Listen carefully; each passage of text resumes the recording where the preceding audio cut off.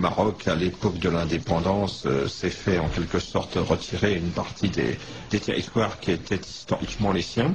Comment tout cela a été instrumentalisé par l'Algérie voisine qui cherche une façade maritime sur l'Atlantique, et avec une communauté internationale pour le moins incertaine dans cette affaire. Oui, l'autre axe qui reliait le monde de l'Ouest africain à la Méditerranée.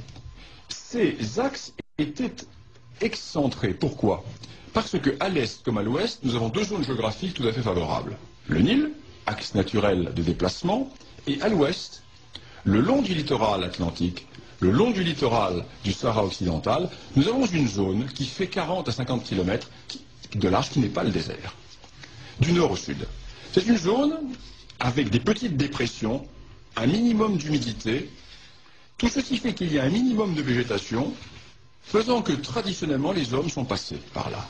Très différent était la situation dans le centre du Sahara, où les axes caravaniers étaient des axes qui passaient à travers un désert très dur. Le Tassili, les monts du Hogar, le Tansdruft et éventuellement tout le désert du Messac libyen.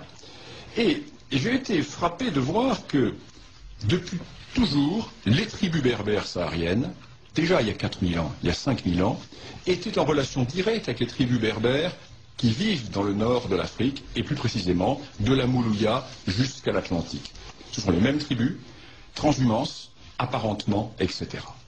Et l'historien que je suis a vu que dans la longue durée historique du Maroc, dans les 1200 ans d'histoire du Maroc, le Maroc, chaque fois qu'il était fort, était le pont entre le Niger, la vallée du Sénégal et la Méditerranée. Prolongement même jusqu'en Espagne, sujet que vous connaissez bien, Philippe Conrad, puisque jusqu'à la fin de la Reconquista, le Maroc s'étendait jusqu'au nord du détroit de Gibraltar. Et le Maroc contrôlait un axe qui partait du fleuve Sénégal et qui allait jusqu'en Andalousie. Et quand les partages coloniaux se sont faits, à la fin du XIXe siècle, pour son plus grand malheur, le Maroc était dans une phase de décadence depuis un siècle. Et le Maroc a été amputé.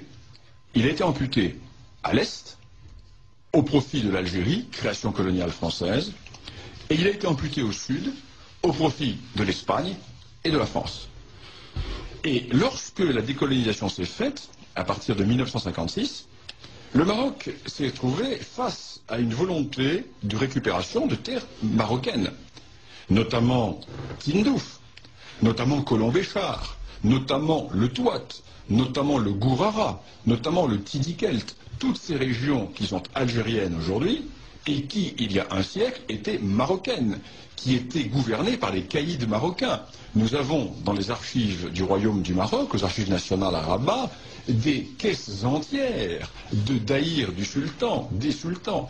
L'administration marocaine s'exerçait dans ces régions, non pas d'une manière française ou prussienne, à la marocaine, mais elle s'exerçait.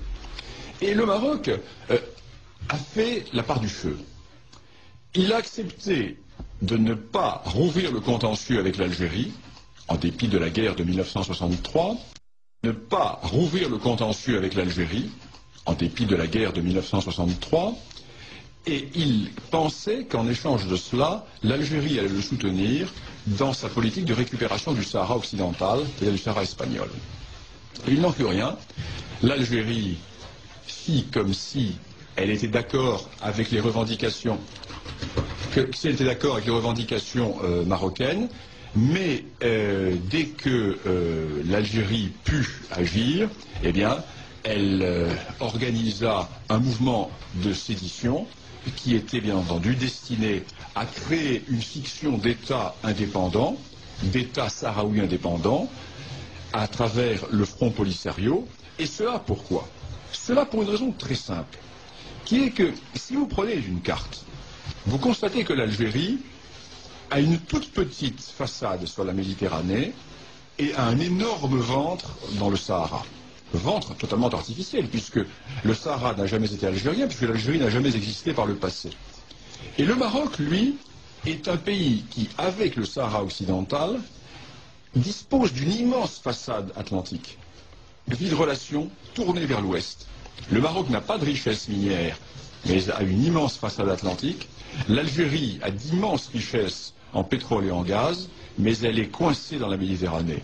Le détroit de Gibraltar peut être fermé demain, l'Algérie sera totalement enclavée, alors que le Maroc a cette immensité d'ouverture vers l'Atlantique. Et l'Algérie ne peut pas le supporter. Dans le rapport géopolitique nord-africain, il est bien évident que la riche Algérie n'est qu'un pays enclavé par rapport au Maroc, bien moins doté au point de vue minier, mais qui a cette immense façade d'ouverture sur l'Atlantique. Et deuxième raison, existe en Algérie, dans une zone qui est historiquement marocaine, mais qui a été rattachée à l'Algérie par la France, existent les gisements des mines de Garage et Villette, et ces mines, exploitées en étant ouvertes vers la Méditerranée, avec 1700 km de voies ferrées, ne sont pas rentables. Alors que l'Algérie, avec une ouverture sur l'Atlantique, n'aurait que 300 km à faire pour toucher les ports d'Ifni ou l'Ayoun. Et le gouvernement marocain a proposé à l'Algérie un accord.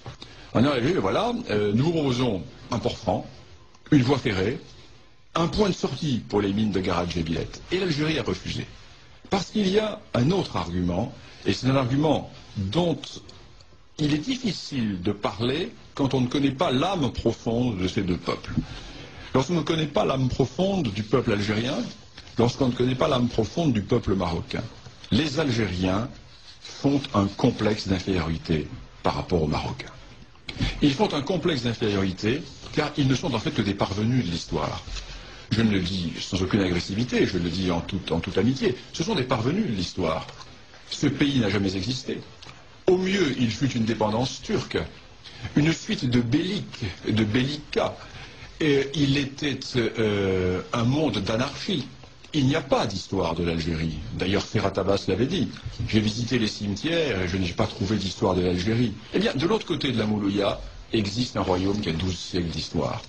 Lorsque Hugues Capet est élu roi de France en 987, la dynastie marocaine a déjà un siècle et demi d'histoire. Donc nous sommes en présence d'un très vieil État. Et les Marocains ont toujours joué maladroitement. Parce que ce sont des gens bien élevés, ce sont des gens polis, ce sont des gens qui, sûrs de leur bon droit, ont pensé qu'ils pouvaient discuter avec les Algériens comme on discute entre gens bien élevés. Or, ils ont eu en face d'eux des gens qui n'appliquaient pas les règles de la diplomatie traditionnelle et qui étaient restés peut-être dans cette politique des ouvertures barbaresques ou du rapt ou de la piraterie, mais non pas dans les usages qui étaient les usages classiques de la vieille diplomatie. Et les Marocains se sont trouvés du jour au lendemain pris par cette réalité algérienne et ils commencent à comprendre maintenant que l'on ne négocie pas avec l'Algérie comme on négocie avec l'Espagne ou avec la France, pays de vieille civilisation, de vieille tradition politique. Alors aujourd'hui, la situation est très claire.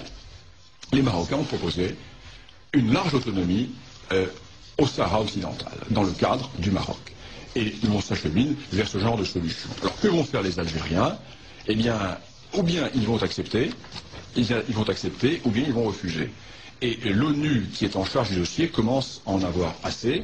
Et je l'ai bien senti lors de cette réunion à New York, où il y avait tous les responsables de l'ONU. Et pour la communauté internationale, il est temps qu'un accord soit enfin trouvé, d'autant plus que le Polisario n'existe plus.